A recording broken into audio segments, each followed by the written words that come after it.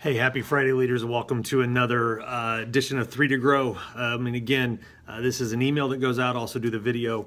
So however you consume this, I appreciate it. Again, the idea of 3 to Grow, take just 3, maybe 4 minutes, do a little bit of reading, do a little bit of thinking, maybe grow yourself as a person and as a leader.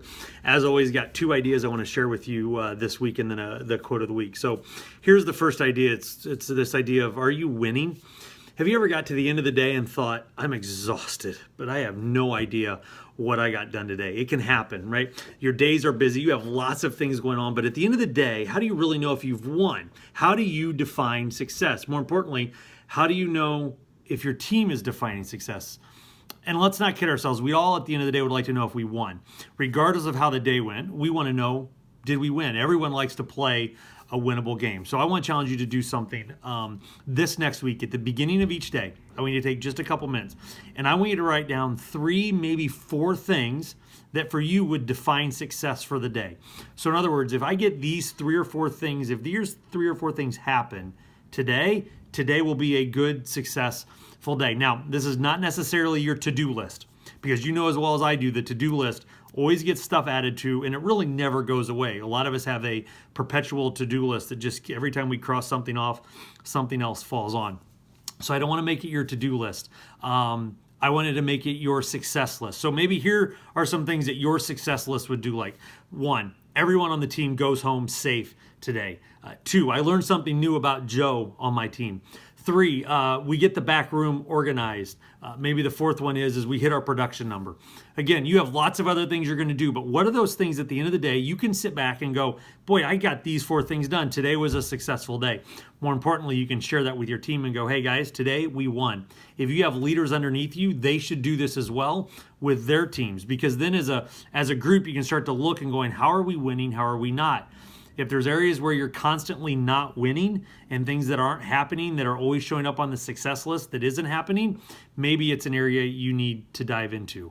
At the end of the day, I bet you're winning more than you think. You probably just don't feel like it. You probably just don't feel like it. You need to win. You need to let your teams know you're winning. So write them down. It's time to start winning a little bit. Here's the second thing, a tech creep.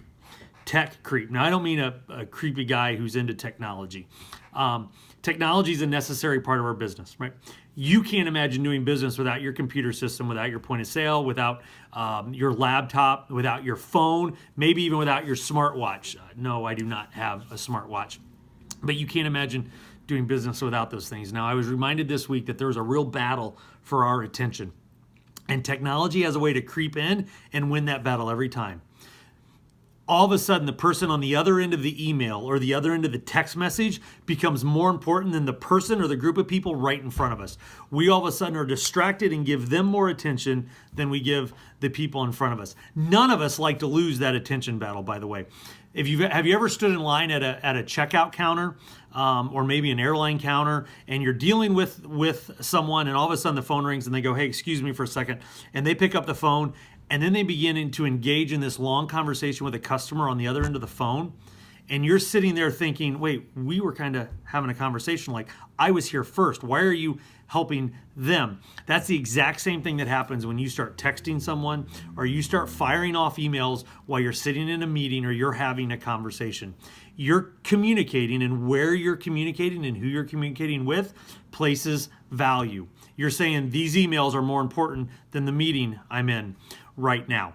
The person at the other end of the text message is more important than you if we're having a conversation. Ask yourself, would you allow the person that you're texting to walk into your meeting and interrupt it? If you wouldn't allow them to walk in the door and stop the meeting to tell you something, why would you give them your attention via text message? Well, because it's simple, because I can do it under the table and no one really knows. And I'm going to argue people do know. People do know. Go into your next meeting and look around. Just watch people in the meeting. See how many times they actually have their eyes up and they're engaging in listening. Maybe they're not even talking, but are they really listening, or are they typing and they're sort of nodding and glancing up every now and then? I'm not saying there's not a time for that.